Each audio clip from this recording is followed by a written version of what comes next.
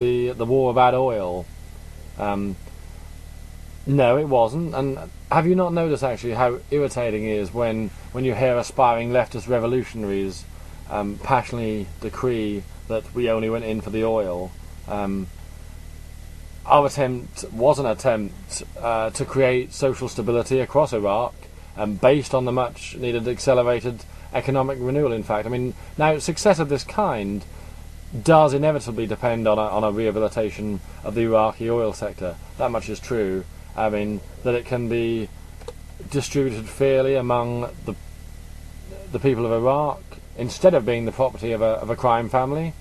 The stability of global oil supplies is predicated on success in this rehabilitation. Actually, those who say that the war in Iraq was an American smash and grab raid, or that it was all about oil, show that they do not know anything about the situation, in my view. You only have to listen to the majority of Iraqis who are proud to decree that the post-Saddam Iraq is slowly becoming a much better place to live. You know, it will take time, of course it will, we've said that before, but the country now has a much stronger constitution, rights are being preserved within the nation, of course, and finally women's rights are being heard too. I mean, if the insurgents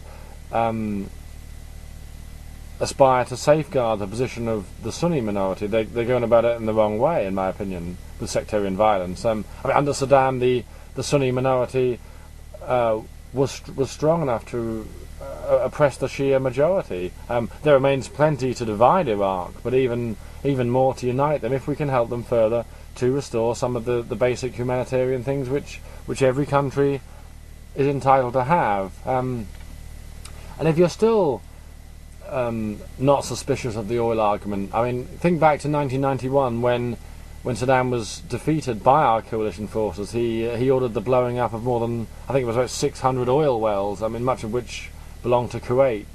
And he flooded the Persian Gulf by opening up the pipelines. I mean, incidents like that help rephrase the silly idea that this war was about oil. I mean, here was a dictator who would quite happily put mass amounts of oil to the torch and toxify the entire regional environment if he does not get his own way, or if challenged by coalition forces about his regime. I mean, no, I don't listen to a bar of any melody which says it was all about oil. Oil remains a very important part of the reason why military invention was necessary, of course, but it was because it was the property of a crime family.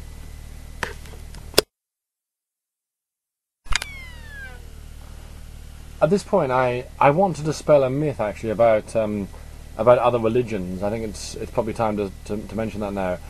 You see, as Christians, it seems to me that many who profess to accept Jesus as Lord have overlooked something here. I mean, this false feeling has been allowed to congeal in many minds, many Christian minds, a kind of view which is happy for people to carry on believing in whichever non-Christian faith they've chosen to believe in, so long as they're not part of a group which causes harm to others. Now, this seems to me to be a far too relaxed position to take, particularly as Christ told us to take the good news to all nations. And on this point alone, actually, one must be forced to admit that all other religions are therefore equally bad and at least latently equally harmful to the minds of those who subscribe to them. It should be remembered that virtually all the adherents of other faiths are adherents for one of two reasons. Either the belief system has been inculcated at such a young age that they have never known or never been introduced to any better belief system, or secondly, they've adopted a belief system based upon a personal partisan, almost always due to a misleading outside influence. It's true that to adopt either of these approaches is a bad thing. That is, both positions are a surrender of the mind simply because they promote a keenness to discard the very thing that makes us higher primates, the faculty of reason. The Jehovah's Witnesses do little harm, say, compared with the fundamentalist armies of Uganda, but they certainly do a lot of harm to those who are born into the faith. I mean, a brief discussion with one of the vast majority would show how unwilling they are to be self-critical. and of course, as Christians, we're not called to insult them or harass them or to ridicule them or to persecute them. We're called to love them. But in my view, the best way to love them is to try to bring them to Christ with love, grace and respect. But to overlook their position and say, well, they do no harm to anyone, is to disregard the words of Jesus and judge their position irresponsibly. But it does not just come down to the rights and wrongs of Scripture either. I mean, it's not very likely that, say, a Quaker is going to strap a bomb to himself and drive into a government building. But it's true, however, that they preach against resisting evil, which is itself a contemptible position to take. As anyone who's seen Somalia or Uganda or Zimbabwe or Rwanda will tell you, it's true that most of us wish to live in a world where peace prevails. But peace itself can give rise to mental enfeeblement, examples of which include the Dalai Lama, a man who runs a stultifying dictatorship in Dharamsala, a population who thinks he's a hereditary god king. Again, I mean, it's true that they do little harm to the outside world, but as a man who has had his life transformed by knowing Christ, it has to be admitted that they are doing quite a lot of harm to their inner selves, basing their beliefs on a lie. Lies are, thankfully, these lies are fixed by his own limited scope, but there's still lies nonetheless.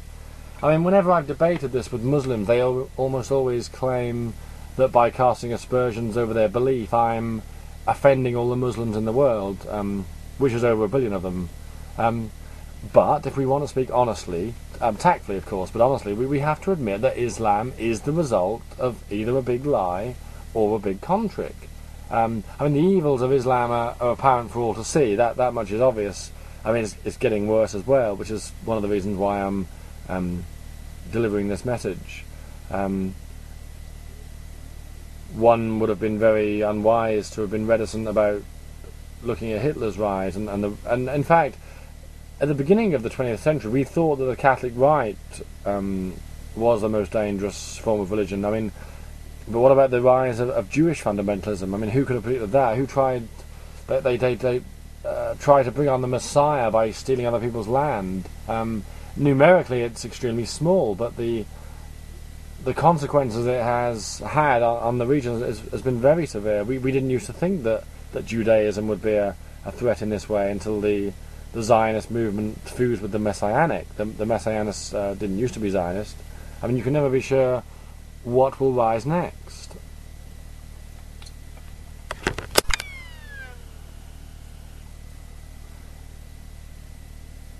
I mean, there's been all sorts of comparisons as well, like with Vietnam and the IRA. I mean, usually made with disapproval, actually. What's implied is that it was a mistake by referencing previous mistakes, particularly in the case of Vietnam. I mean, we have to remember this is something wholly different here. The IRA had conventional motives. They wanted to drive British troops out of Ulster with the goal of incorporating the province in the Irish Republic. I mean, a compromise and a peace agreement was eventually reached, and that was a very positive thing.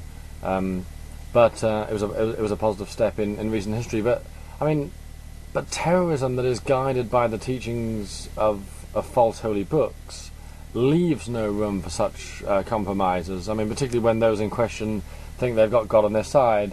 I think the Saddam Hussein comparison, the one I would wish to make at least, would be with the Nazis. I mean, he frequently exterminated people he thought were of lower race. He looked upon the Kurds and Marsh Arabs in a similar way to how Hitler looked upon the Jews. Both Hitler and Saddam believed in their racial superiority. Both were totalitarian. Both had equal contempt for human rights, and both had ambitions outside their territory. I mean, comparisons with Vietnam and the IRA are facile, but comparing National Socialism to Baathism is to me to compare two chillingly similar regimes. No, the fight on our hands, at least now Saddam has been removed, is much tougher. The war against fundamentalism will get much worse before it gets better. We can't afford to be schizophrenic about this, nor can we afford to to trivialize it with vague comparisons to Vietnam.